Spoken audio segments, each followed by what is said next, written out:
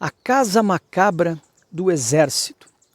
Essa é uma história da residência clandestina que os militares brasileiros mantiveram em Petrópolis, no Rio de Janeiro, nos anos 70. O História com Palavrão conta que o Exército Brasileiro usou esse imóvel na região serrana do Rio para torturar, para assassinar e até para estuprar dissidentes políticos. Pelo menos 22 pessoas foram mortas neste lugar. De acordo com as investigações, os corpos dos opositores mortos na casa eram cortados, colocados em sacos pretos e incinerados no forno da usina de cana-de-açúcar Cambaíba, na cidade de Campos, no Rio de Janeiro. Notem que a milicada não brinca em serviço. Na Casa dos Horrores Verde Oliva, os crimes terminavam com ocultação de cadáveres. A existência da casa da rua Arthur Barbosa, número 668, em Petrópolis, no Rio de Janeiro, tornou-se pública porque Inês Etienne Romeu, a única sobrevivente desse lugar macabro, denunciou seus algozes ainda durante a ditadura militar. Dona de uma memória privilegiada, ela conseguiu recordar detalhes do seu cativeiro em 1971. Depois de 8 anos presa no regime burgo-militar, ela voltou ao local da sua tortura e de estupro e, acompanhada de veículos da mídia, confrontou Mário Loders, o dono da casa. Diz ela: "Lembro de você, não tenho dúvidas, me forneceu chocolate na casa e mantinha relações cordiais com os meus torturadores." Antes de Mário Loders, a casa pertenceu ao seu pai, Ricardo Loders, preso por suspeita de ser espião nazi durante a Segunda Guerra. Vai vendo.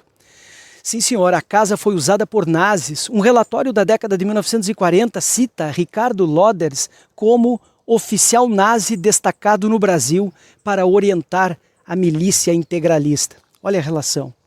Graças à memória e denúncia de Inês, um dos agentes do Exército, o sargento Antônio Vaneir Pinheiro Lima, vulgo Camarão, foi formalmente acusado de sequestro, cárcere privado e até de estupro.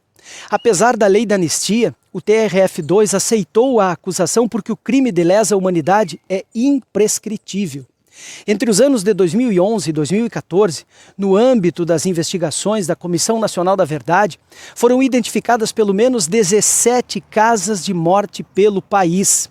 Esses centros clandestinos utilizados pelos agentes da ditadura estavam diretamente subordinados ao alto comando militar.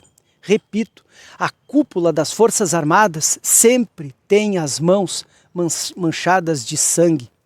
Em 2014, o nome de pelo menos 5 torturadores veio a público.